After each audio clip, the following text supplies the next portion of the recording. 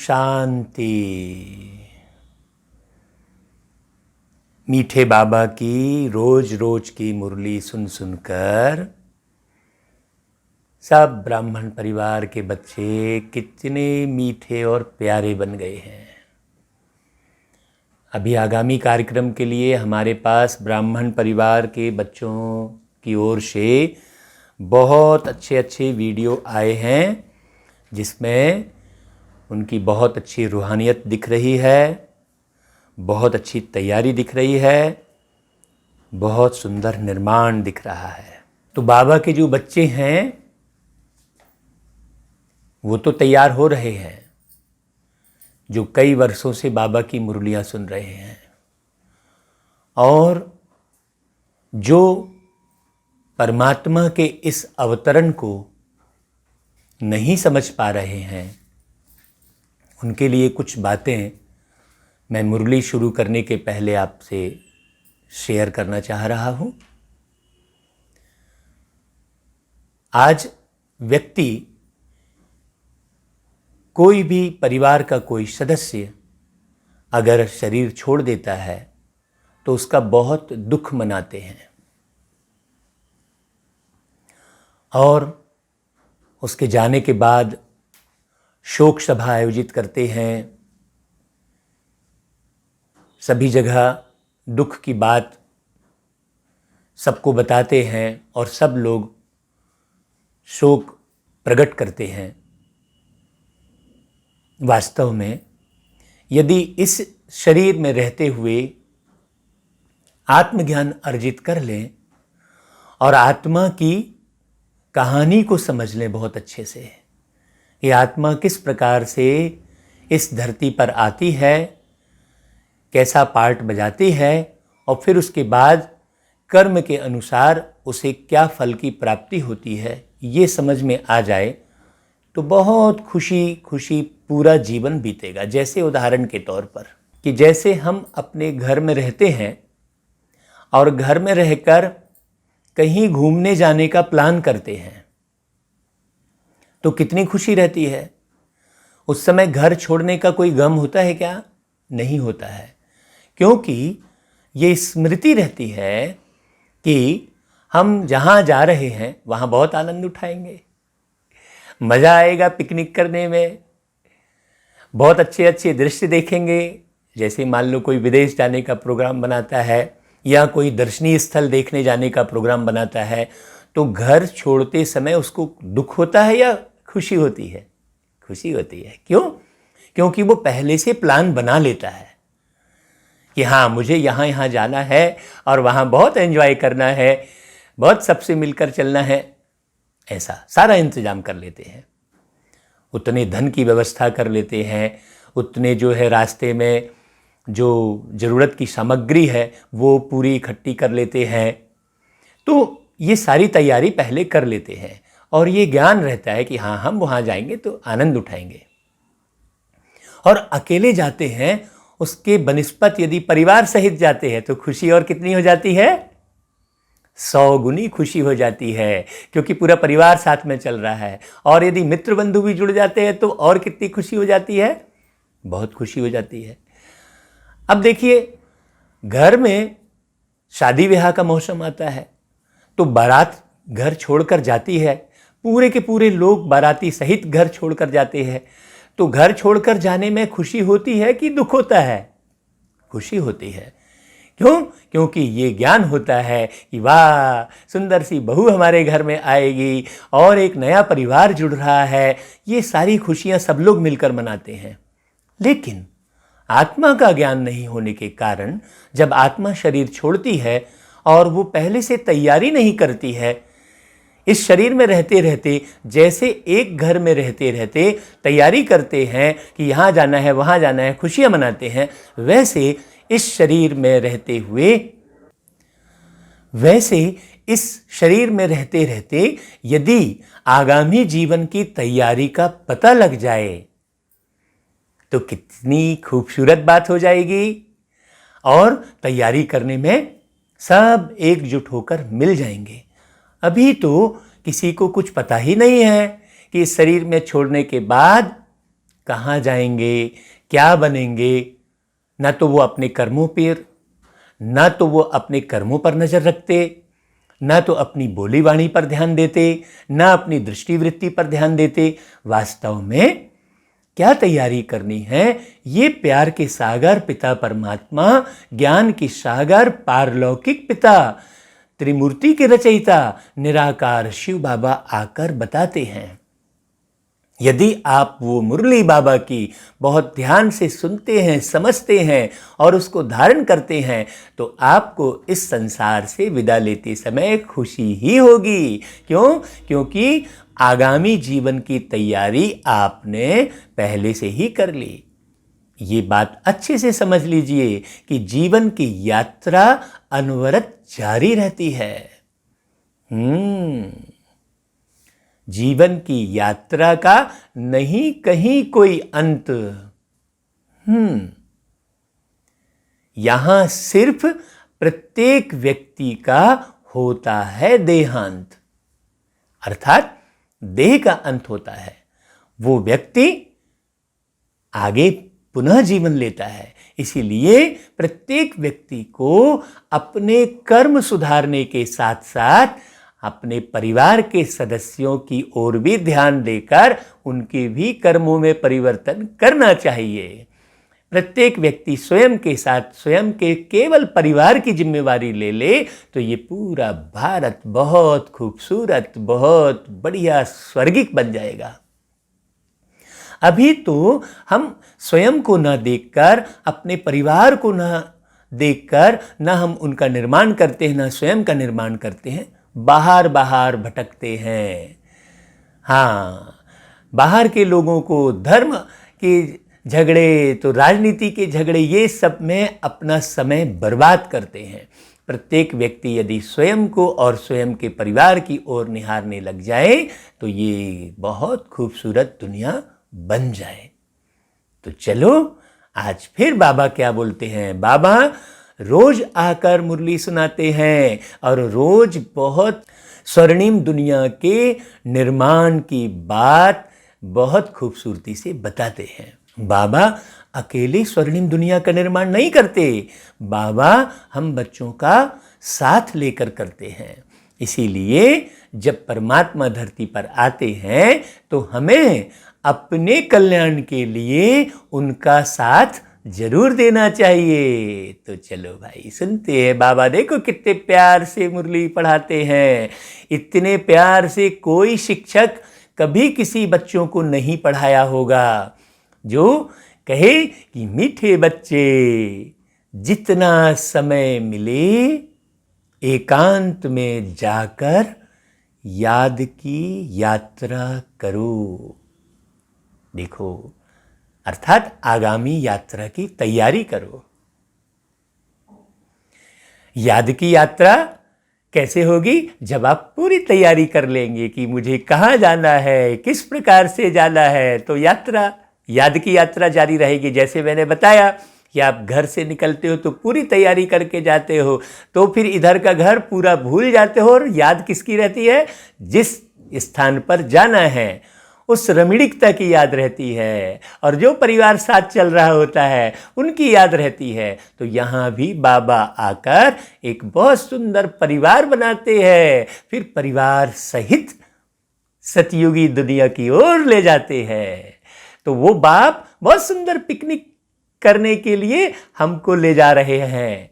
बहुत प्यारी सी तैयारी कर रहे हैं जहाँ पर बहुत बढ़िया एरोप्लेन होंगे, बच्चा भी टच करके चला लेगा।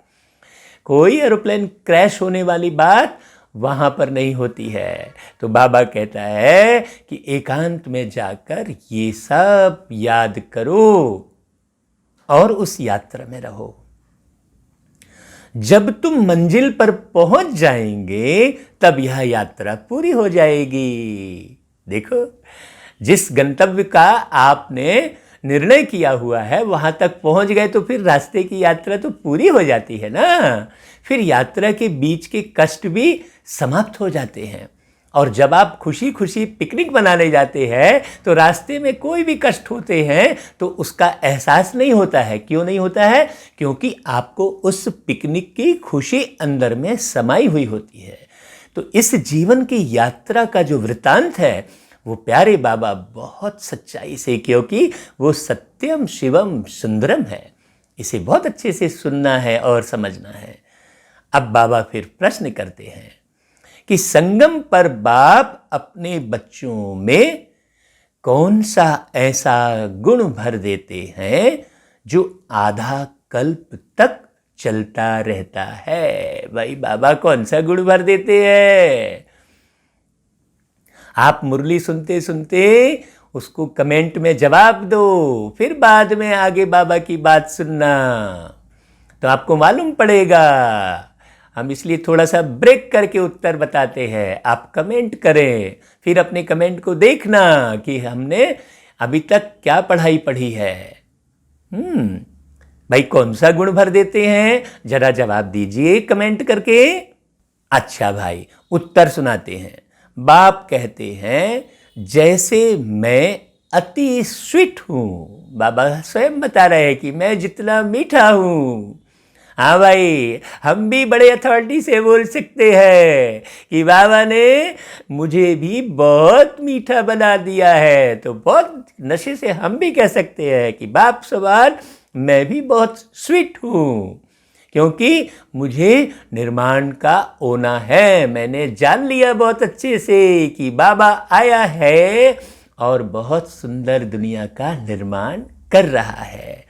तो बाबा कहता है कि जैसे मैं अति स्वीट हूँ, ऐसे बच्चों को भी स्वीट बना देता हूँ।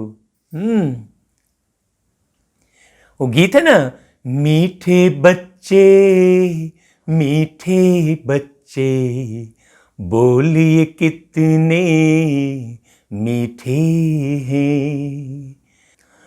मीठे बच्चे मीठे बच्चे बोलिए कितने मीठे हैं। मीठा हमें बनाते बाबा, मीठा हमें बनाते बाबा, आप बड़े ही मीठे हैं। मीठे बच्चे मीठे बच्चे बोलिए कितने मीठे हैं। हम कहते कुर्बान आप पर बाबा ये दिल जान है। जान नहीं कुर्बान बच्चों, करना तुम्हें जहान है। प्यार भरी इन शिक्षाओं से, प्यार भरी इन शिक्षाओं से सबके दिल को जीते हैं। मीठे बच्चे मीठे बच्चे बोले कितने मीठे हैं। देखो, ऐसे प्यारे प्यारे गीत और कहीं सुनने नहीं मिले थे हमको। जितने अच्छे गीत बाबा के घर में हैं, पूरे संसार में वैसे गीत नहीं सुनाई देते।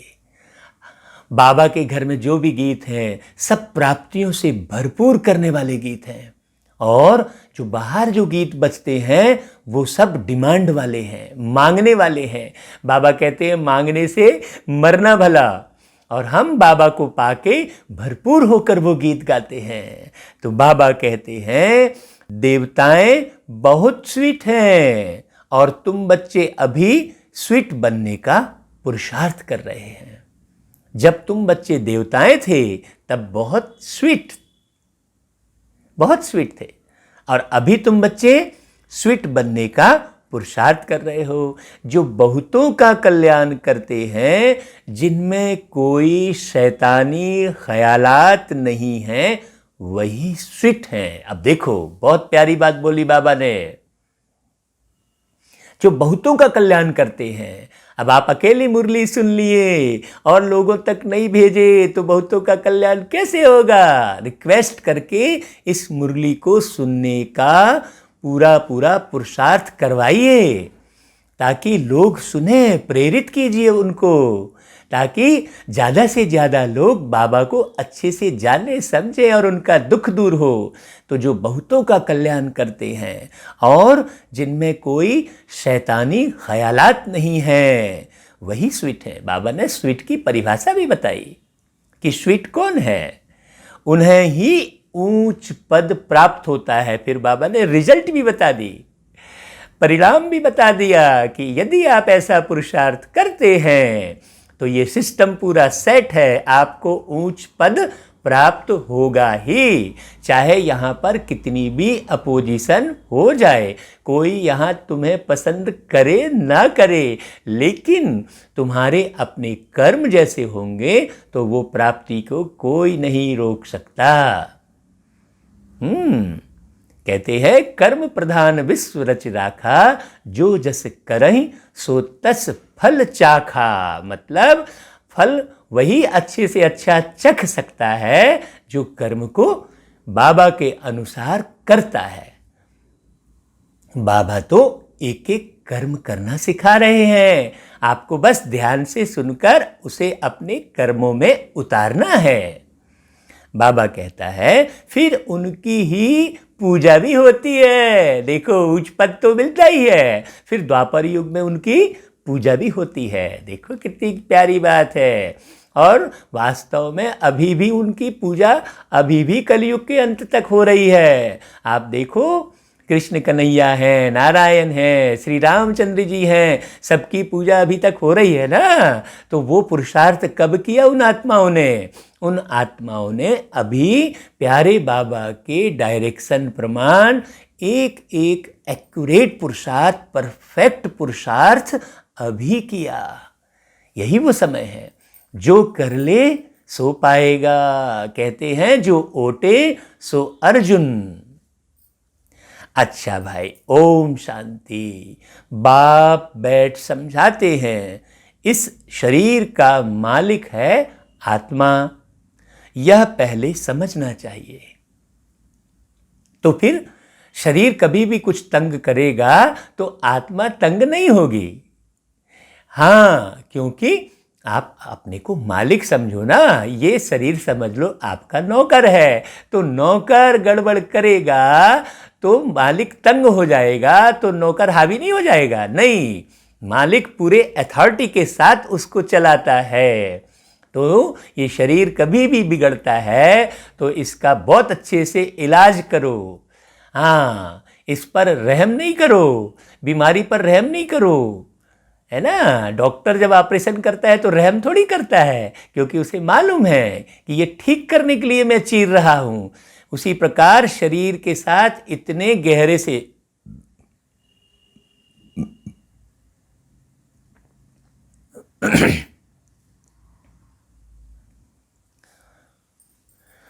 शरीर के साथ इतने गहरे से मत जुड़ जाओ कि शरीर जैसा नचाए आप आत्मा वैसे नाचने लग जाओ। हाँ, बाबा कहता है मालिक हो तुम।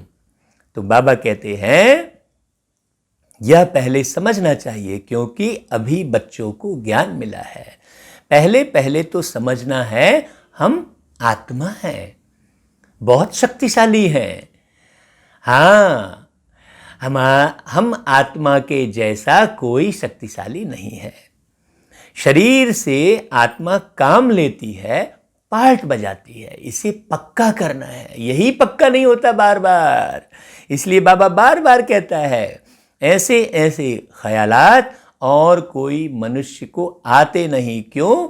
क्योंकि सब अपने आप को देह समझ बैठे हैं, देह के अभिमान में हैं, देह के साथ जुड़े पद के अभिमान में हैं, देह के साथ जुड़े रिश्ते नातों के अभिमान में हैं, देह के साथ जुड़ी जान पहचान के अभिमान में। अरे मेरी तो पहचान कलेक्टर के साथ है, ऐसे अभिमान में है।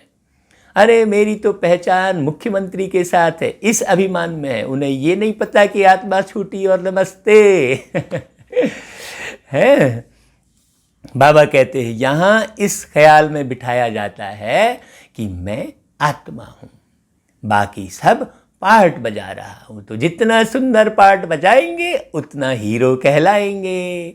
जैसे एक फिल्म के अंदर में हीरो का पार्ट शुरू से आखिरी तक रहता है और सब उसको याद कर लेते हैं और उसको प्रेम करते हैं सब जो हीरो होता है, तो ऐसा ही इस सृष्टि रूपी ड्रामे में हम बाबा के जो बच्चे हैं वो पूरा 84 जन्म लेते हैं, मतलब हम पूरी फिल्म में हैं, तो हम हीरो हुए ना। तो हमको अपने ऊपर कितना ध्यान देना पड़े, जैसे हीरो अपने ऊपर पूरा ध्यान देता है, अपने श्रृंगार पर, अपने बोलने के स्टेटस पर, अपने चलने पर, अपनी दृष्टि पर, सब एक्यूरेट ध्यान देता है, हाँ, अपनी खूबसूरती पर, तो वैसा ही हमें अपने स्वयं आत्मा पर ध्यान देना चाहिए। बाबा कहता है यह मेरा शरीर है, मैं आत्मा परम पिता परमात्मा की संतान हूँ। ये स्मृति नहीं भूलनी चाहिए। कितना देखो कितनी विदेही अवस्था होगी। मैं किसकी संतान हूँ भाई? परम पिता परमात्मा की संतान हूँ। अब एक राष्ट्रपति का बच्चा कितने नशे में रहेगा? अरे भाई, एक पार्षद का बच्चा नशे में रहता है कि मेरा बाप मेरे इस वार्ड का पार्षद है, तो फिर हम किसके बच्चे हैं? ये क्लियर नहीं हुआ क्या? जो नशा नहीं चल रहा है भाई, हमको तो पूरा क्लियर हो गया है कि हम सर्वशक्तिमान परमपिता परमात्मा के बच्चे हैं। यह याद ही घड़ी घड़ी भूल जाती है। बाबा कहते हैं सबको ये याद भूल जाती है। अगर ये नशा रहे तो एक भी गलती ना हो। यह पहले पूरी याद करनी चाहिए। ऐसी पढ़ाई और कौन पढ़ाएगा? यह पहले पूरी याद करनी चाहिए। यात्रा पर जब जाते हैं तो कहते हैं चलते रहो। तुमको भी याद की यात्रा पर चलते रहना है, यानी याद करना है। याद नहीं करते गोया यात्रा पर नहीं चलते, क्योंकि आप जब चलते हो तो सूक्ष्म में हमेशा स्मृति रहती है कि हम कहाँ जा रहे हैं। टीटी आएगा पूछेगा क्या भाई कहाँ जाना है, तो फट बताएंगे ना।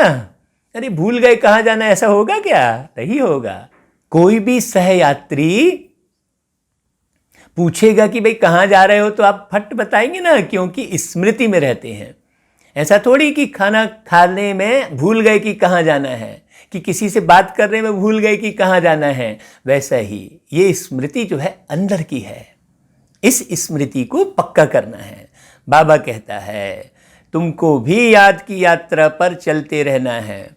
देह अभिमान आता है, देह अभिमान से कुछ ना कुछ विकर्म बन जाता है। बार बार वो याद की यात्रा भूल जाते हो, इसीलिए विकर्म बन जाता है। ऐसे भी नहीं, मनुष्य सदैव विकर्म करते हैं, फिर भी कमाई तो बंद हो जाती है ना।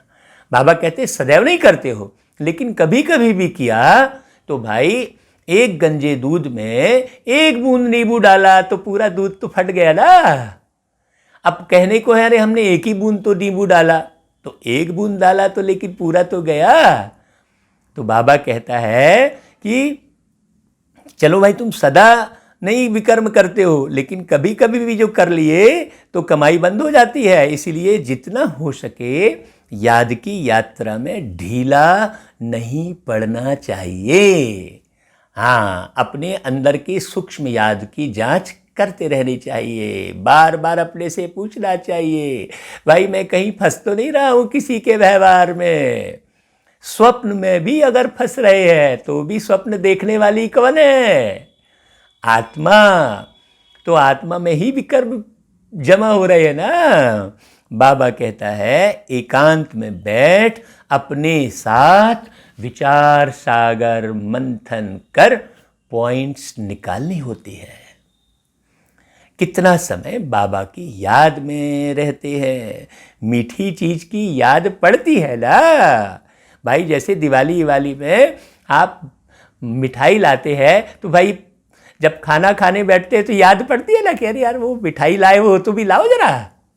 या माँ बनाती है घर में मिठाई तो खाना खाते समय सब कुछ खा रहे होते हैं, फिर एक याद पड़ती है अरे मम्मी आपने वो मिठाई बनाई थी जरा वो देना। तो फिर मीठा सतयुग अब कैसे याद नहीं आता, चूंकि ये फाइनल नहीं किया है। बाबा कहता है फाइल तो बहुत भरी है, लेकिन फाइनल नहीं किया है कि भाई हमको बाप मिला है, हमको सतयुग जाना है, हम आत्मा है, शरीर नहीं है। ये सब फाइनल करने की बात है। बाबा कहता है बच्चों को समझाया है, इस समय सभी मनुष्य मात्र एक दो को नुकसान ही पहुंचाते हैं, एक दो का नुकसान करने की भावना रखते हैं।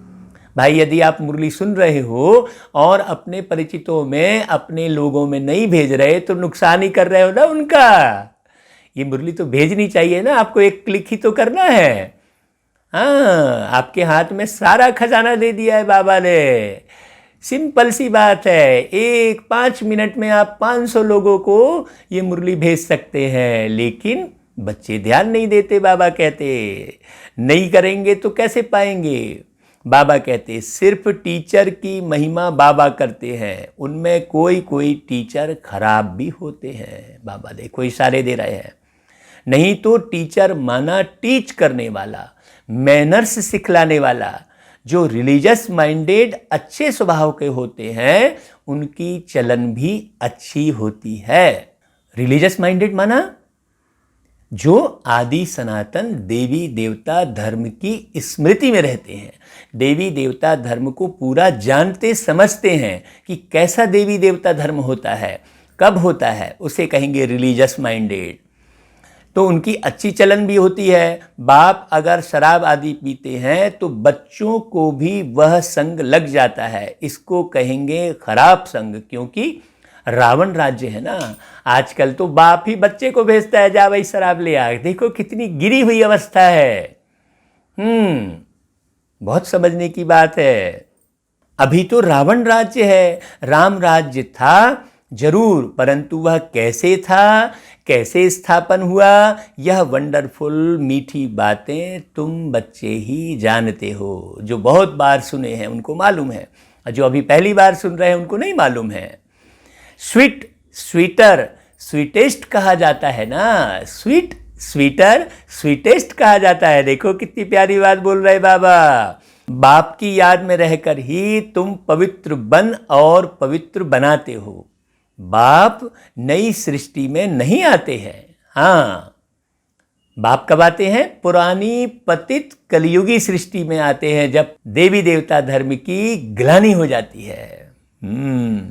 सृष्टि में मनुष्य, जानवर, खेती बाड़ी आदि सब होता है। मनुष्य के लिए सब कुछ चाहिए ना। शास्त्रों में प्रलय का वृतांत भी रॉन्ग है। पूरा पूरा प्रलय हो जाएगा तो फिर कैसे उत्पादन होगा? तो पूरा पूरा प्रलय कभी नहीं होता है। देखो ये खुशखबरी डायरेक्ट परमात्मा सुना रहे हैं, जबकि अभी तक तो आप सुने कि भाई पूरा प्रलय हो जाता है। फिर निर्माण कैसे होगा? क्या ऊपर से शरीर टपकेगा क्या? नहीं। इसलिए यहाँ ही निर्माण होता है, पूरा प्रलय कभी नहीं होता। ये बहुत बड़ी खुशखबरी है।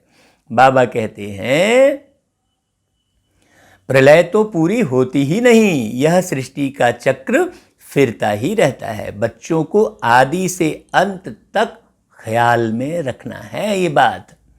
हाँ, इसलिए विनाश से भी घबराना नहीं है, क्योंकि पूरा विनाश तो नहीं होना है। अपने पुरुषार्थ के अनुसार आपने जो आत्मा को मजबूत बनाया है, उस अनुसार आप मजबूती से इस शरीर रूपी कुर्सी में मजबूती से बैठे रहते हैं। बहुत प्यारी सी बात बताते हैं बाबा। मनुष्यों को तो अनेक प्रकार के चित्र याद आते हैं, ढेर चित्र बना दिए हैं, तो वो अनेक प्रकार के चित्र ही याद आएंगे भाई। इसलिए चित्रों से तो बिल्कुल मुक्त हो जाओ। कई तो भैया खूब सेल्फी लेते रहते, अपने ही चित्रों में पड़े रहते हैं ढेर। अब इतने चित्र अपने ही खींच के बैठे रहेंगे तो सारा समय फिर ये चित्र अच्छा है, वो चित्र अच्छा है, उन्हीं के ख्याल में रहेंगे ना। आजकल तो खूब चित्र खींचने का जो है फैशन बन गया है, पूरा का पूरा फेसबुक बन गया है। फेसबुक मतलब चेहरे की किताब। बाबा कहते हैं कि मेले मलाखड़े याद आते हैं, वह सभी हैं हद के, तुम्हारी है बेहद की याद। बेहद की खुशी, बेहद का धन, बेहद का बाप है ना, तो सब चीज बेहद में देता है ना। पूरे विश्व का बाप है ना। 2-4 बच्चों का बाप कितना कमाएगा, और पूरे लाखों बच्चों का बाप कितनी कमाई तुम्हें करवाएगा। सोचने की बात है। बाबा कहते हैं हद के बाप से हद का वर्षा मिलता है और बेहद के बाप से बेहद का सुख मिलता है। लोग सोचते हैं मेरी बीमारी ठीक हो गई, भगवान ने ठीक कर दी। नहीं, वो जो सुख दे रहा है पहले उस सुख को भी समझो। वो बेहद का सुख देता है, ऐसा छोटा मोटा सुख नहीं देता है। वो 1000-500 वाली बात नहीं है। वो पद्मा पदम पति बनाता है, करोड़पति अरबपति भी नहीं। ये पक्का तो पहले हो जाए। बाबा कहता है वह सभी है हद के, तुम्हारी है बेहद की याद, बेहद की खुशी, बेहद का धन। बाबा कहता है सुख होता ही है धन से। तो बाबा आपको बेहद का धन देने की भी तो बात कर रहा है, जिस धन के पिछाड़ी आप भाग रहे हो और बेईमानी कर रहे हो और झूठ बोल रहे हो और ये करना ही पड़ता है, ये पेट का मामला है, पापी पेट का सवाल है, ये सब बात करते हो। वैसी पिक्चर बना लेते हैं, बताओ पापी पेट का सवाल है।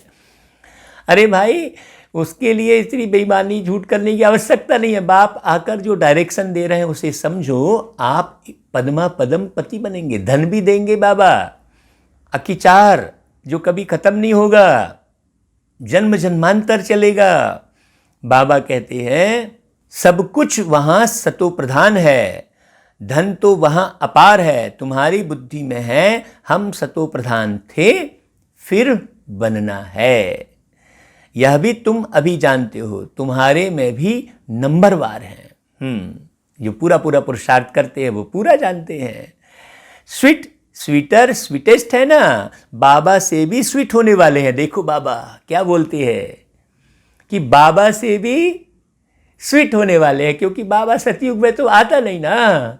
देखो कितना निरहंकारी निस्वार्थी बाबा, अपने लिए कुछ नहीं बनाते।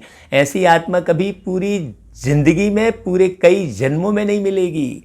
वो भी एक आत्मा है, बस इतना ही फर्क है कि वो परम आत्मा है। जैसे हम माँ के गर्भ से जन्म लेते हैं, वो माँ के गर्भ से जन्म नहीं लेते हैं। परमात्मा यानी 5 तत्वों से मुक्त रहने वाली आत्मा, अर्थात 5 तत्वों के बंधन में नहीं बंधती है। 5 तत्वों में आती है, 5 तत्वों का आधार लेती है, लेकिन 5 तत्वों के बंधन में नहीं बंधती है। और परमात्मा का दूसरा अर्थ क्या हुआ? माँ के गर्भ से परे रहने वाली आत्मा, अर्थात वो आत्मा गर्भ से जन्म नहीं लेती है।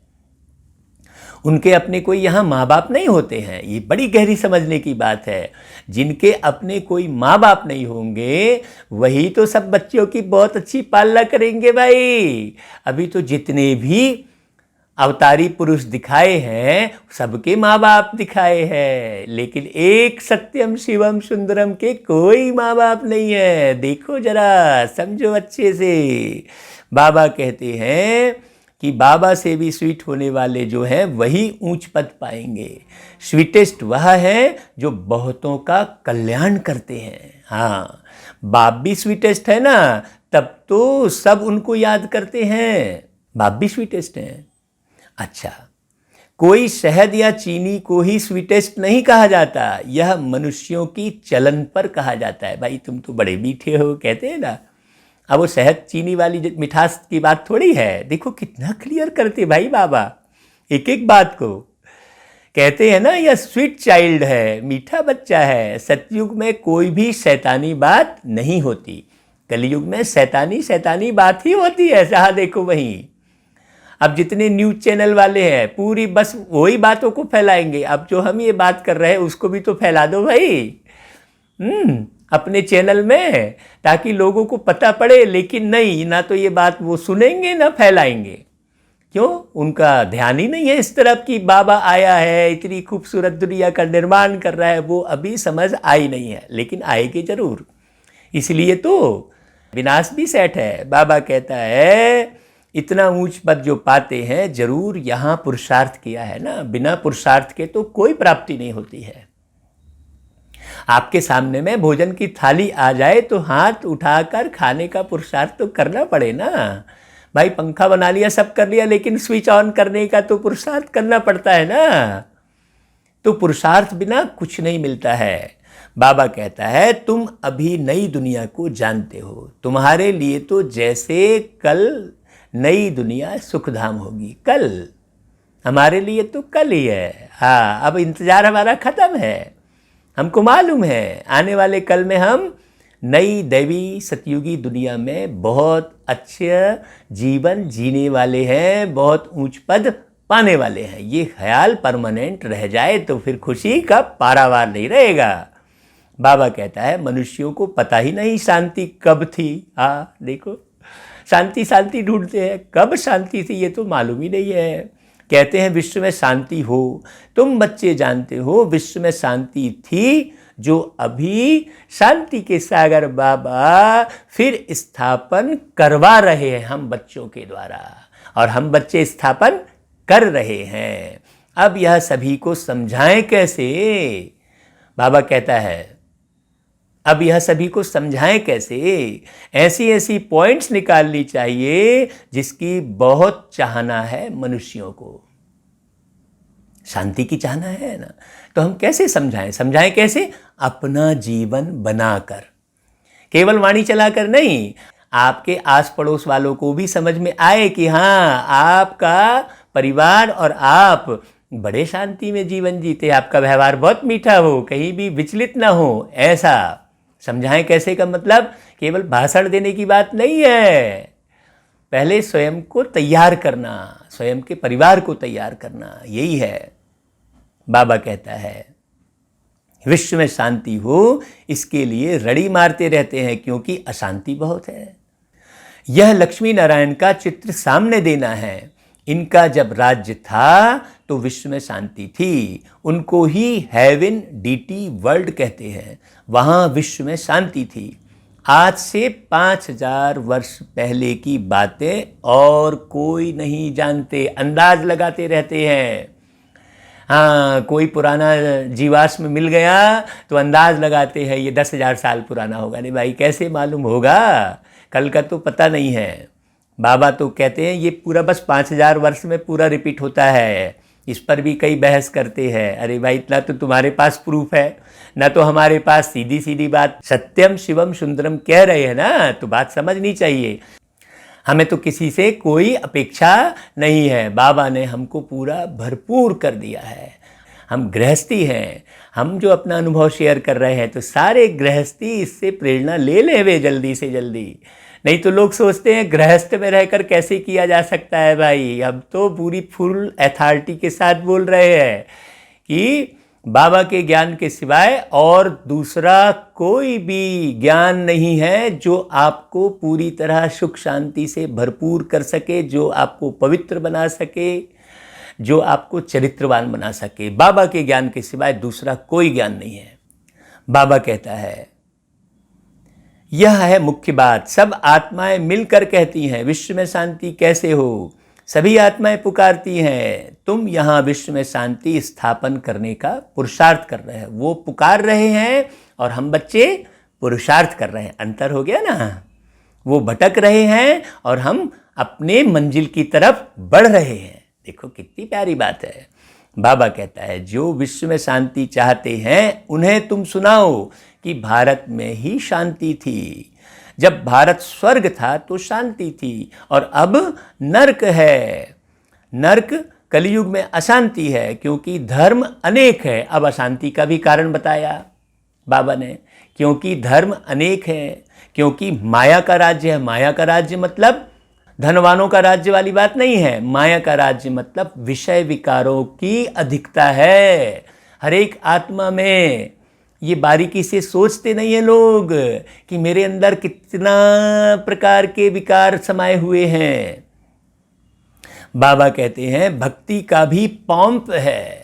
हाँ, खूब जोर जोर से भक्ति करेंगे, डीजे लगाएंगे। अब सोचो, ध्वनि प्रदूषण तो बढ़ रहा है ना। उस डीजे साउंड में ना जाने कितने लोगों के हार्ट को प्रॉब्लम शुरू हो जाती है, लेकिन लोग समझते ही नहीं है। बाबा कहता है भक्ति का पंप है, दिन प्रतिदिन वृद्धि होती जाती है। कैसे कैसा करते हैं देखो, पूरा यहाँ से लेके यहाँ तक पूरा बाना लगाते हैं, छेद करते हैं, क्या क्या करते हैं। बाबा को बड़ा रहम आता है। क्यों? क्योंकि बाबा सब बच्चों को प्यार करते हैं ना। तो बाबा कहते हैं मनुष्य भी मेले मलाखड़े आदि पर जाते हैं, समझते हैं जरूर कुछ सच होगा, लेकिन रहता तो कुछ नहीं है। देखो हर मेले मलाखड़े में कितना नुकसान होता है, धन का, जन का, सबका नुकसान होता है, लेकिन फिर भी लोग समझते नहीं है। क्यों? क्योंकि बाबा को नहीं जानते हैं। और हम बच्चों की ये ड्यूटी है कि ये मुरली सब तरफ भेजो। हाँ, जो ज्ञान में चल रहा है उन्हें भी, और जो नहीं चल रहा है उन्हें भी भेजो रिक्वेस्ट करके। आपसे विनम्र गुजारिश है भैया। बाबा कहता है अभी तुम समझते हो उनमें कोई पावन नहीं बन सकते। हाँ, गंगा स्नान से, नर्मदा स्नान से कोई पावन बन सकता है क्या? पानी से नहाने पर कोई पावन नहीं बन सकता। पावन बनने का रास्ता मनुष्य कोई बता न सके। बताते तो अभी तक बता देते ना, इतना शास्त्र रचे, इतने ऋषि मुनि हुए, किसी ने पावन बनने का रास्ता बताया? हम तो पूरी अथॉरिटी के साथ बोल रहे हैं, यही वो ज्ञान है जो पावन बनाता है। क्योंकि विगत 23-24 साल से हम इसका अनुभव कर रहे हैं, ये 1-2 साल का अनुभव नहीं है। बाबा कहते हैं पतित पावन एक ही बाप है, और हम जुड़े किससे हैं? उस प्यारे बाबा के साथ जुड़े हैं, वही ये सेवा करवा रहे हैं। हमारी कोई औकात नहीं है। ये जो अवसर मिला है, ये जो ट्रांसफ़र हो रहा है ज्ञान का, ये बाबा निमित्त बनाए करा रहे हैं।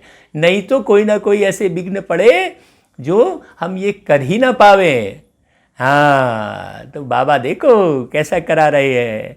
बाबा कहते हैं दुनिया एक ही है, सिर्फ नई और पुरानी कहा जाता है। ये पृथ्वी एक ही है, जीवन भी यहाँ ही है, और कहीं जीवन नहीं है। न जाने कहाँ कहाँ और जीवन की तलाश करते रहते हैं, बाकी कहीं नहीं है जीवन। ये बात पक्की समझ लेना। बाबा कहते हैं नई दुनिया में नया भारत। भाई नई दिल्ली कहते हैं ना, भाई जमीन जगह तो सब वही है, फिर नई दिल्ली क्यों बोलते हैं? नया रायपुर कहते हैं ना, तो काहे के लिए कहते हैं? सब तो वही है, लेकिन नया निर्माण होता है। उसी प्रकार नई दुनिया नई होनी है, जिसमें फिर नया राज्य होगा। यहाँ पुरानी दुनिया में पुराना राज्य है। पुरानी और नई दुनिया किसको कहा जाता है, यह भी तुम बच्चे जानते हो, सारी दुनिया नहीं जानती कि नई दुनिया है सतयुग और पुरानी दुनिया है कलयुग। बाबा कहता है भक्ति का भी कितना बड़ा प्रस्ताव है, इसको कहा जाता है अज्ञान। ज्ञान सागर एक बाप है। बच्चों को समझाया जाता है वर्ल्ड की हिस्ट्री ज्योग्राफी कैसे रिपीट होती है। वो गीत बजा ना कि मुख में राम राम और पेट से कसाई काम, ऐसा लोग करते हैं। बच्चों को समझाया जाता है वर्ल्ड की हिस्ट्री ज्योग्राफी कैसे रिपीट होती है। यह एजुकेशन तुम पढ़ रहे हो, इसका नाम ही है रूहानी एजुकेशन, स्पिरिचुअल नॉलेज। इनका अर्थ भी कोई नहीं जानते। ज्ञान सागर तो एक ही बाप को कहा जाता है, वह है स्पिरिचुअल नॉलेजफुल फादर। बाप रूहों से बात करते हैं, किसी जाति विशेष से, किसी धर्म विशेष से, किसी योग्यता वाले से, कोई अमीर से, कोई गरीब से बात करते हैं, ऐसा नहीं है। बाबा किनसे बात करते हैं? रूहों से बात करते हैं। और रूह का कोई धर्म, जाति और किसी भी प्रकार की कुछ भी भेद नहीं है। हमने पहले की मुरलियों में भी समझाया है, मैं इस शरीर को छोड़ अगर पंजाबी धर्म में जन्म ले लिया तो पंजाबी कहलाने लग जाऊंगा ना। अभी ब्राह्मण हूँ, फिर आगे दूसरा धर्म हो जाएगा मुझ आत्मा का, क्योंकि मैं तो कभी नहीं मरता ना भाई। ये तो मुझे पक्का हो गया है कि मौत मुझे नहीं आती है, देहांत होता है। मेरी इस देह का अंत होता है, मेरा यह शरीर नष्ट होगा, मैं नष्ट नहीं होता हूँ कभी। इसलिए मैं आत्मा बाबा का ज्ञान इस कर्ण यंत्र से सुन सुनकर और समझकर और मनन चिंतन करके अपने में धारण करने का ज़्यादा से ज़्यादा पुरुषार्थ करता हूँ, और वही पुरुषार्थ शेयर कर देता हूँ ताकि सबको लाभ मिले। क्योंकि हम विश्व कल्याणकारी हैं। अब इसमें किसी जाति विशेष को लाभ मिले वाली बात नहीं है, इसलिए खुले रूप से सबको भेजते हैं। आप भी खुले रूप से सबको भेजो यह मुरली। बाबा कहते हैं कि तुम बच्चे जानते हो परम पिता परमात्मा बिंदी है, वह हमको पढ़ाते हैं। हम आत्माएं पढ़ रही हैं, यह भूलना नहीं चाहिए। हम आत्मा को जो नॉलेज मिलती है फिर हम दूसरी आत्माओं को देते हैं। यह याद तब ठहरेगी जब अपने को आत्मा समझ निरंतर बाप की याद में रहेंगे। याद में बहुत कच्चे हैं, झट देह अभिमान आ जाता है। देही अभिमानी बनने की प्रैक्टिस करनी है। हम आत्मा इनको सौदा देते हैं। देही अभिमानी मतलब गुणों में रहना, और देह अभिमान मतलब अवगुण आ जाना। एकदम सिंपल सी बात है, इसमें कोई बहुत गहरी प्रैक्टिस वाली बात नहीं है। आप गुणवान हैं तो देही अभिमानी कहलाएंगे। आत्मा के जितने गुण हैं आप वो निरंतर धारण किए हुए हैं, एक सेकंड भी उससे नहीं हट रहे हैं, तो देही अभिमानी अवस्था कहलाएगी। और यदि आपने गुण छोड़ दिए, बाबा को भूल गए, तो वो देह अभिमान अवस्था कहलाएगी। बात समझना, बाबा शॉर्ट में इसलिए बताते हैं कि आप जल्दी जल्दी समझ जाएं। बाबा कहते हैं हम आत्मा व्यापार करते हैं। मैं व्यापारी हूँ, ज्ञान रतन का प्रेम नगर है धाम। ले लो बाबा का ज्ञान, शिव बाबा का ज्ञान। मैं व्यापारी हूँ, ज्ञान रतन का प्रेम नगर है धाम। ले लो बाबा का ज्ञान, शिव बाबा का ज्ञान। सोना चांदी कुछ नहीं लेता, मालूम मुफ्त में देता। सोना चांदी कुछ नहीं लेता, मालूम मुफ्त में देता। बांटता राजू कुछ नहीं भाई, मोले तोले कछु नहीं। बांटता राजू कुछ नहीं भाई, मोले तोले कछु नहीं। बाबा का ज्ञान अनमोल रतन है। बाबा का ज्ञान अनमोल रतन है, कौड़ी लगे नहीं दाम। ले लो बाबा का ज्ञान, शिव बाबा का ज्ञान। मैं व्यापारी हूँ, ज्ञान रतन का प्रेम नगर है धाम। मैं व्यापारी हूँ, ज्ञान रतन का प्रेम नगर है धाम। ये पूरा गीत बना है, अभी ये रिकॉर्ड भी नहीं हुआ है। हम बीच बीच में गीत गाते हैं, तो कुछ बाबा के बच्चे इस गीत की डिमांड करते हैं कि ये गीत भेजो, लेकिन अभी ये रिकॉर्ड नहीं हुआ है। इसकी रिकॉर्डिंग बची हुई है। संगीत के साथ ये पूरे गीत आगामी समय में रिकॉर्ड करेंगे, जब थोड़ा धन की व्यवस्था हो जाएगी। बाबा ने कहा अपने ही तन मन धन से इस भारत को स्वर्ग बनाना है। अपनी मेहनत मशक्कत से जो कमाए उसे ही बाबा की सेवा में लगाएं। ये भावना हमारे अंदर गहरी बैठ गई है। तो अब जब कमाई करके धन जमा करेंगे, तो क्योंकि रिकॉर्डिंग में बहुत धन लगता है, इसीलिए जब कमाई करके जमा करेंगे तो बहुत सारे गीत बाबा ने हजारों गीत और बनवा दिए हैं, उनकी भी रिकॉर्डिंग करेंगे और सेवा में बाबा के बच्चों को, दुनिया को भेजेंगे। अच्छा भाई, बाबा कहते हैं कि हम आत्माएं पढ़ रही हैं और वह हमको पढ़ाते हैं, यह भूलना नहीं चाहिए। हम आत्मा को जो नॉलेज मिलती है फिर हम दूसरी आत्माओं को देते हैं। यह याद तब ठहरेगी जब अपने को आत्मा समझ बाप को याद करेंगे। ऐसे आत्मा का हम व्यापार करते हैं। अपने को आत्मा समझ बाप को याद करने में ही फायदा है। आत्मा को ज्ञान है, हम यात्रा पर हैं, ये आत्मा को ज्ञान रहे।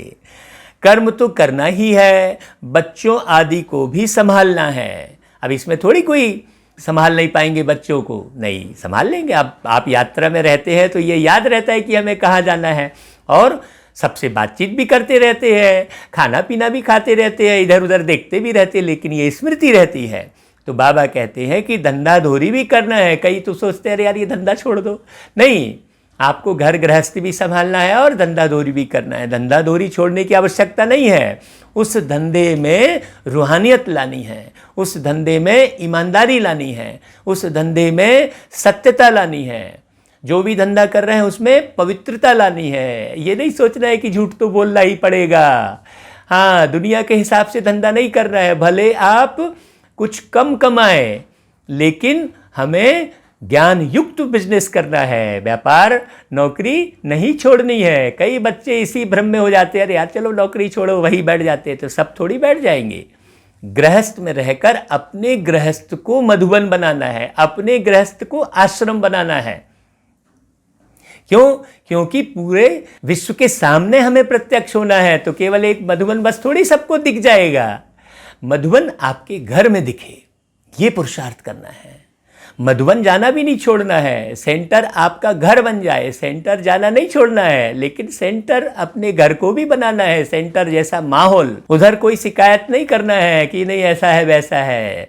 सब अपने अपने हिसाब से पुरुषार्थी है। किसी के भी उल्टे पुरुषार्थ को नहीं देखना है, हर एक के ऊंचे पुरुषार्थ को देखना है। नहीं तो हम क्या करते हैं, लोगों के नीचे पुरुषार्थ को देखने लगते हैं।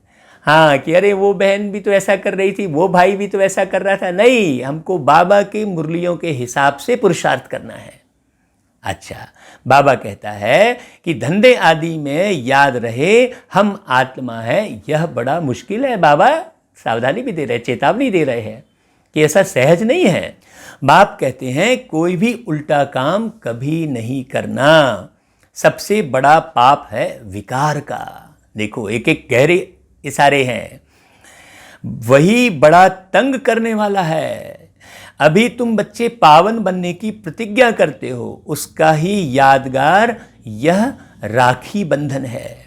आगे तो पाई पैसे की राखी मिलती थी, ब्राह्मण लोग जाकर राखी बांधते थे। आजकल तो राखी भी कितनी फैशनेबल बनाते हैं। अब देखो, बाबा ये उदाहरण क्यों दे रहे हैं कि वहां भी तो उन्होंने बहुत श्रेष्ठ करना शुरू किया है ना, फैशनेबल बना रहे हैं ना, सुंदर बना रहे हैं ना। तो फिर हम भी यहाँ पर जीवन को सुंदर बनाए, कहने का मतलब ये है। साधारण जीवन ना हो हमारा, बहुत ज्ञान और योग की सुंदरता से सजा हुआ जीवन हो।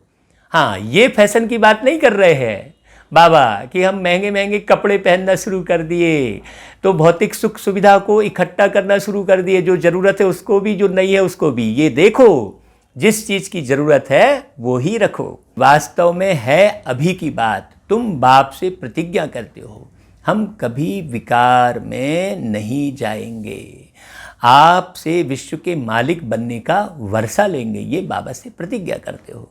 बाप कहेंगे बच्चे 63 जन्म तो विषय वैतरणी नदी में गोते खाए, अब तुमको क्षीर सागर में ले चलते हैं।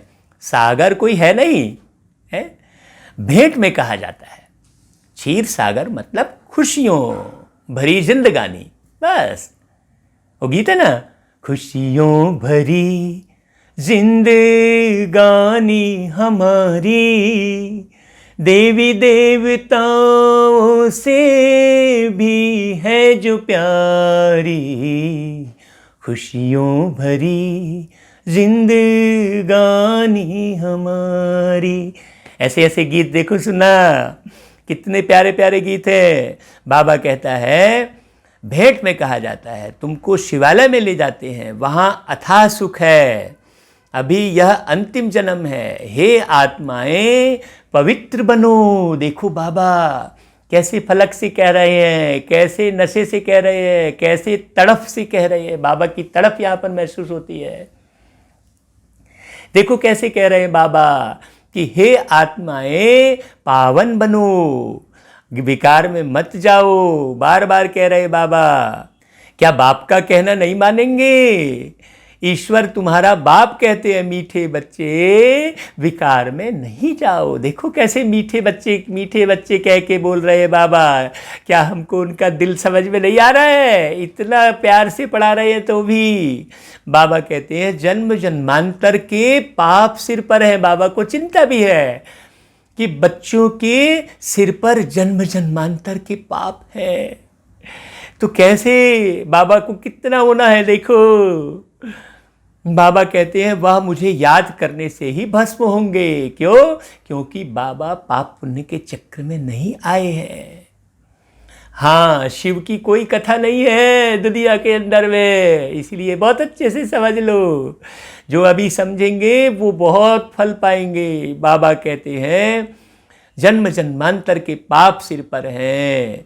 कल्प पहले भी तुमको शिक्षा दी थी। बाप गारंटी तब करते हैं जब तुम यह गारंटी करते हो कि बाबा हम आपको याद करते रहेंगे। इतना याद करते रहो जो शरीर का भान न रहे। हाँ, नारी पुरुष का भी भान न रहे। आप अंदर में ये स्मृति रखो, नारी पुरुष का भी भान न रहे। ये देखो बड़ी बड़ी बारीक बात है। हाँ, इसको अच्छे से समझो। बाबा कहते हैं इतना याद करो। सन्यासियों में भी कोई कोई तीखे बहुत पक्के ब्रह्म ज्ञानी होते हैं, उनको भी भान नहीं रहता है। वह भी ऐसे बैठे बैठे शरीर छोड़ते हैं। बाबा उनको भी याद करते देखो। यहाँ तुमको तो बाप समझाते हैं पावन बनकर जाना है। वह तो अपनी मत पर चलते हैं, ऐसे नहीं कि वह शरीर छोड़कर कोई मुक्ति जीवन मुक्ति में जाते हैं, क्योंकि ज्ञान नहीं था ना। ठीक है, दुनिया से वैराग्य आ गया, लेकिन ज्ञान चाहिए ना। बाबा कहते हैं आते फिर भी यहाँ ही हैं, परंतु उनके फॉलोअर्स समझते हैं कि वह निर्माण गए। बाप समझाते हैं एक भी वापस नहीं जा सकते। ऐसी बात कोई बोलेगा क्या? क्योंकि ऊपर में रहने वाले बाबा तो सब जानते हैं ना। कभी हमारे मन चित्त में ख्याल आता था कि कोई तो आकर बता दे भाई कि कैसे ये सृष्टि चलती है, कैसे बनती है, कैसे हम जीवन लेते हैं, कैसे जाते हैं, कोई तो आकर बता दे, ऐसा हमको लगता था। देखो अभी हमको वो राज मालूम पड़ गया। दादियों का और जो वरिष्ठ बहनें जिन्होंने हमको पढ़ाया उनका कितना दिल से शुक्रिया करते हैं। ऐसा दिल से शुक्रिया निकलता है। हाँ, कि अगर वो नहीं तपस्या किए होते, सेंटर नहीं खोले होते तो हम कहाँ जाके पढ़ते। पहले तो ये मोबाइल मुरली का साधन नहीं था, पहले तो नहीं था ना जब हम ज्ञान में चले। तो अगर इन बहनों ने तपस्या नहीं की होती, इन्होंने त्याग नहीं किया होता, तो हमको ये बाबा और ये बाबा का ज्ञान कहाँ से मिलता। तो शुक्रिया, बहुत दिल से दुआएं हैं उन बहनों के लिए, दादियों के लिए, उस ब्राह्मण परिवार के लिए जिन्होंने अपनी त्याग तपस्या से हमको ऐसा बैठाल बैठाल के पढ़ाया। और हम 5 बजे से चले जाते थे, सबसे पहली सीट पर जाकर बैठते थे और बाबा को याद करते थे। और जब दीदियाँ मुरली चलाती थी तो बस यही लगता था कि बाबा वतन से मुरली चला रहा है। ऐसा पुरुषार्थ बाबा ने करवाया। आज तो हम आत्मा उड़ते ही रहते हैं और उड़ते उड़ते ये मुरली सुनाते हैं आपको। बाबा कहता है कि एक भी वापस नहीं जा सकता, कायदा ही नहीं है। हाँ, झाड़ वृद्धि को जरूर पाना है। अभी तुम संगम युग पर बैठे हो और सब मनुष्य हैं कलयुग में। ऐसी बात कोई बोलेगा क्या? तुम दैवी संप्रदाय बन रहे हो। जो तुम्हारे धर्म के होंगे वह आते जाएंगे। देवी देवताओं का भी वहाँ सिजरा है ना, यहाँ बदली होकर और धर्मों में कन्वर्ट हो गए हैं। हाँ, वही देवी देवता जो आत्माएं बनी थी वो दूसरे धर्म में कन्वर्ट हो गए। स्पष्ट है, फिर निकल आएंगे। इतनी गहरी बात ना तो कोई बता सकता, ना कभी कोई बताएगा। नहीं तो वहाँ जगह कौन भरेंगे? जरूर वह अपनी जगह भरने फिर आ जाएंगे। देखो बाबा कैसे प्यार से पढ़ा रहे हैं। तुम अभी मनुष्य से देवता उत्तम पुरुष बनते हो। यह है सर्वोत्तम ब्राह्मणों का कुल। इस समय बाप और बच्चे रूहानी सेवा पर है। अब कोई इस ज्ञान को माध्यम बनाकर धनवान बनने की यहाँ कोशिश करेगा तो वो पूरी तरह से बाबा के दिल से उतर जाएगा। वो ये नहीं सोचे कि हम ये मुरली को जो है लोगों को सुनाकर खूब धन इकट्ठा कर लेंगे और धनवान बन जाएंगे। नहीं, कभी भी बाबा के ज्ञान को धन के साथ नहीं जोड़ना चाहिए। हाँ, अपनी मेहनत से धन कमाना और बाबा के ज्ञान यज्ञ में लगाना, बाबा की सेवाओं में लगाना। बाबा कहता है कोई गरीब को धनवान बनाना यह रूहानी सेवा है। बाप कल्याण करते हैं तो बच्चों को भी मदद करनी चाहिए। देखो बाबा कैसा कह रहे हैं, जो बहुतों को रास्ता बताते हैं वह बहुत ऊंच चढ़ सकते हैं, लेकिन केवल रास्ता बताने वाला भी नहीं, स्वयं का निर्माण भी वैसा करना चाहिए। नहीं तो पता चला कि रास्ता बताते बताते हम ही रास्ता भटक गए। ये अटेंशन देना बहुत जरूरी है, नहीं तो केवल रास्ता बताने का ही ख्याल चल रहा है। हाँ, नहीं तो फिर वही खड़े हैं। हमको भी साथ साथ बढ़ते जाना है, ये ध्यान देना। बाबा कहता है तुम बच्चों को पुरुषार्थ करना है, लेकिन चिंता नहीं करनी है। हाँ, पुरुषार्थ करो, क्योंकि तुम्हारी रेस्पॉन्सिबिलिटी बाप के ऊपर है। अगर तुम सेवा कर रहे हो तो बाप मददगार है, ये रेस्पॉन्सिबिलिटी बाप के ऊपर, इसलिए तुम्हें चिंता भी नहीं करनी है। पुरुषार्थ जोर से कराया जाता है, फिर जो फल निकलता है समझा जाता है कल्प पहले मिसल। बाप बच्चों को कहते हैं बच्चे फिक्र मत करो, सेवा में मेहनत करो, नहीं बनते तो क्या करेंगे। माने कौन सी फिक्र मत करो, सेवा की फिक्र करो, लेकिन कौन सी फिक्र नहीं करो, जो नहीं बन रहे हैं उनकी फिक्र मत करो। जो नहीं बन रहे तो मत बने, उनका काम जाने भाई, तुम मेहनत से पीछे मत हटो। तुम्हारा काम है मेहनत करते चले जाना। सामने वाला बन रहा है कि नहीं बन रहा है, इसको बाबा के ऊपर सौंप दो। इस कुल का नहीं होगा तो तुम भल कितना भी माथा मारो, कोई कम तुम्हारा माथा खपाएंगे, कोई जास्ती। हाँ, इस कुल का नहीं होगा तो नहीं बनेगा। वो बार बार उसकी बुद्धि बाहरी दुनिया में जाएगी ही जाएगी। ये अच्छे से समझ लो। इसीलिए अपना माथा खराब मत करो, बस करते चलो। कितना बन रहा है नहीं बन रहा है वो बाप के ऊपर छोड़ दो।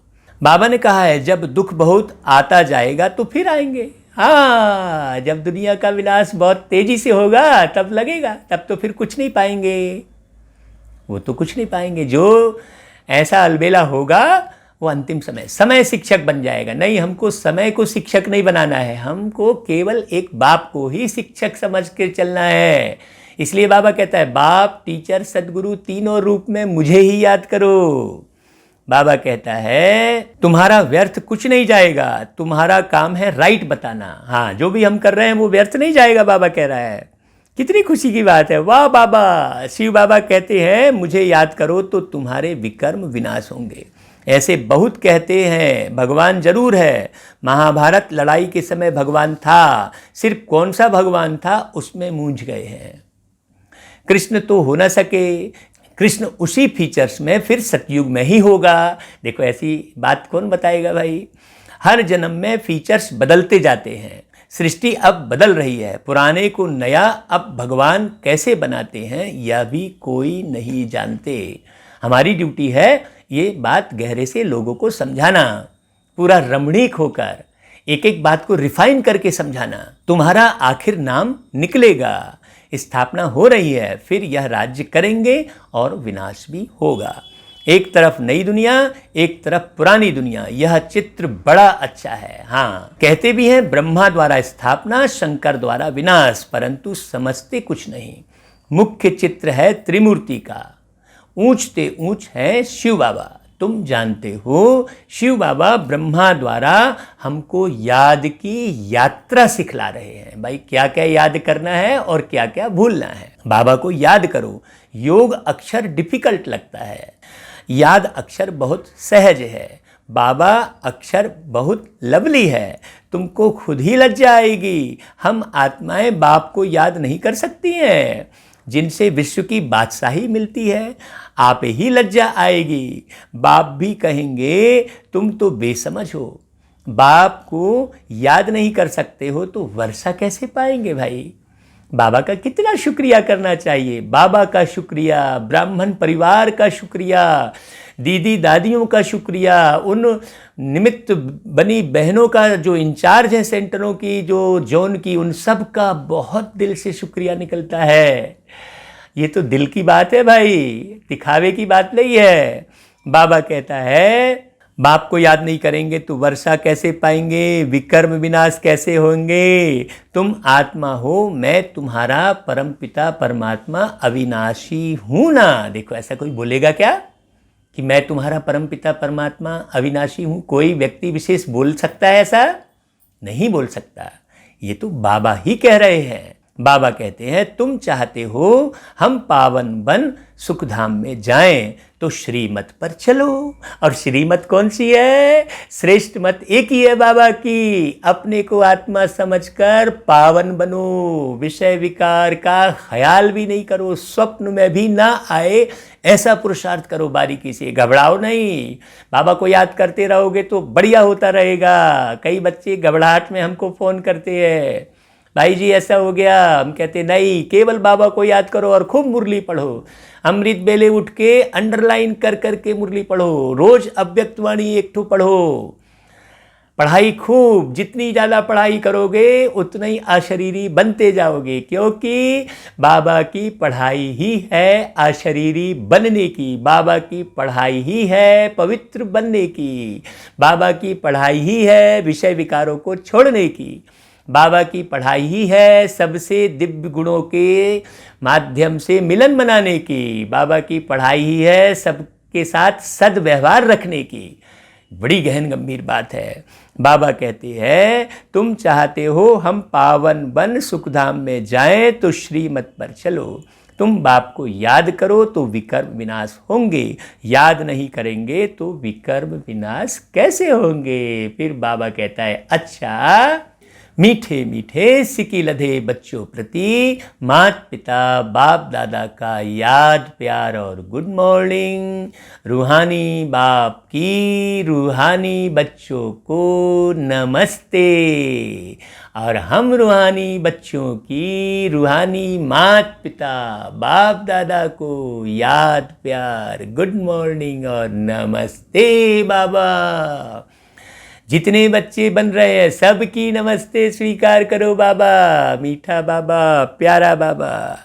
अच्छा भाई, धारणा के लिए मुख्य सार, हर प्रकार से पुरुषार्थ करना है, फिक्र नहीं, क्योंकि हमारा रेस्पॉन्सिबल स्वयं एक बाप है।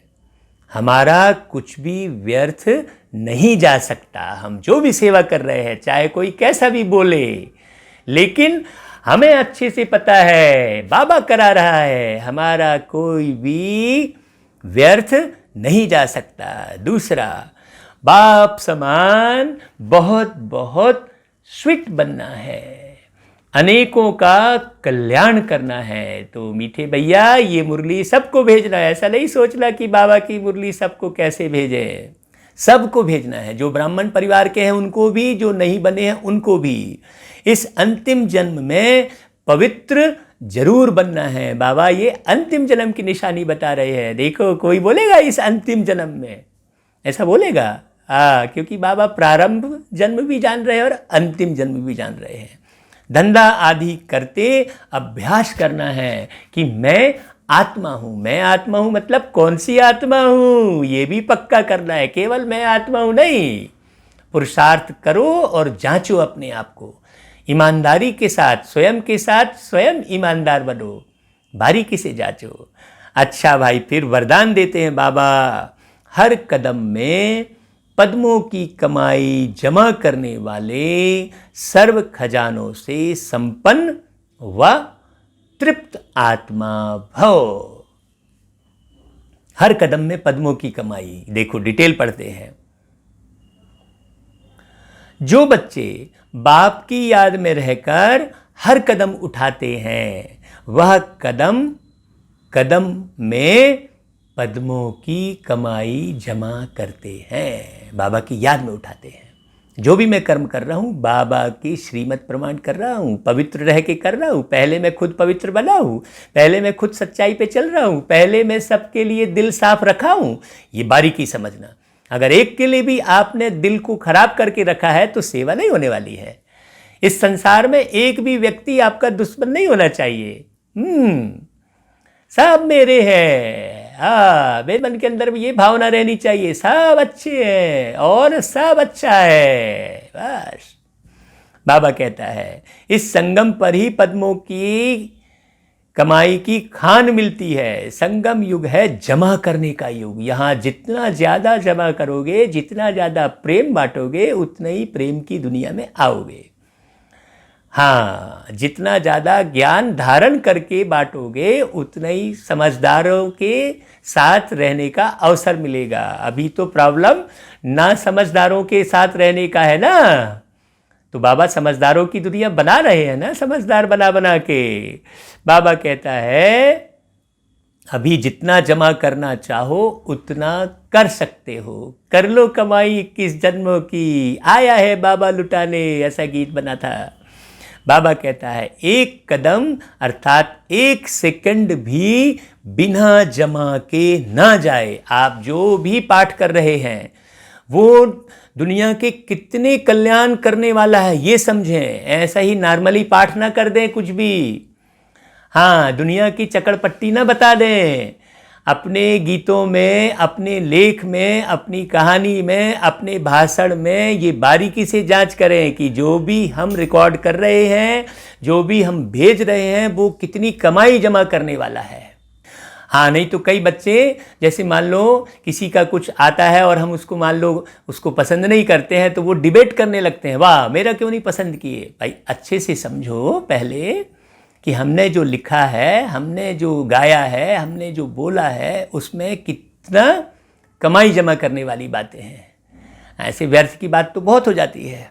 बाबा कहते हैं सदा भंडारा भरपूर हो, अप्राप्त नहीं कोई वस्तु, ऐसे संस्कार हो। बाबा कहता है, देखो बाबा ने क्या कहा, अप्राप्त नहीं कोई वस्तु, ऐसे संस्कार हो। जब हमारे संस्कार बढ़िया होते हैं तब कोई वस्तु फिर अप्राप्त नहीं होती है। जब अभी ऐसी तृप्त व संपन्न आत्मा बनेंगे तब भविष्य में अखुट खजानों के मालिक बनेंगे। मतलब स्थूल में आपको रियल में अखुट खजाने मिलेंगे, हीरे जवाहरातों के जो महल होंगे। भाई आज रियल में आपके सामने में मोबाइल जैसा जो यंत्र आया है वो कभी ना कभी किसी ने सोचा होगा ना कि ऐसे से ऐसे बनाऊंगा तो सामने प्रत्यक्ष आ गया ना। तो फिर वो सतयुगी दुनिया, वो स्वर्णिम दुनिया, वो प्यारा सा साम्राज्य कैसे नहीं मिलेगा हमको? 100% मिलेगा। यहाँ तो फिर बाबा बना रहा है। मनुष्यों ने जब इतनी अच्छी अच्छी उपलब्धियां पाई हैं, इतने अच्छे आविष्कार कर लिए हैं, तो फिर परमात्मा कितना बड़ा आविष्कारक होगा। सोचने की बात है, सोचने की बात है ना। अच्छा भाई, फिर स्लोगन, कोई भी बात में अपसेट होने के बजाय नॉलेजफुल की सीट पर सेट रहो हमेशा। नहीं तो थोड़ी थोड़ी सी बात में अपसेट हो गए तो तुम ज्ञान में चलेंगे कैसे? तुम तो अपसेट ही रहेंगे। इसलिए स्लोगन में क्या बोला कि कोई भी बात में अपसेट होने के बजाय नॉलेजफुल की सीट पर सेट रहो। हाँ, हर चीज सेट होने पर ही काम आती है। जैसे पंखा अपने एक स्थान पर सेट है तो वो घूमकर हवा दे रहा है। तो स्थिर होना बहुत जरूरी है। कोई भी प्राप्ति स्थिरता में है, सेट होने पर है।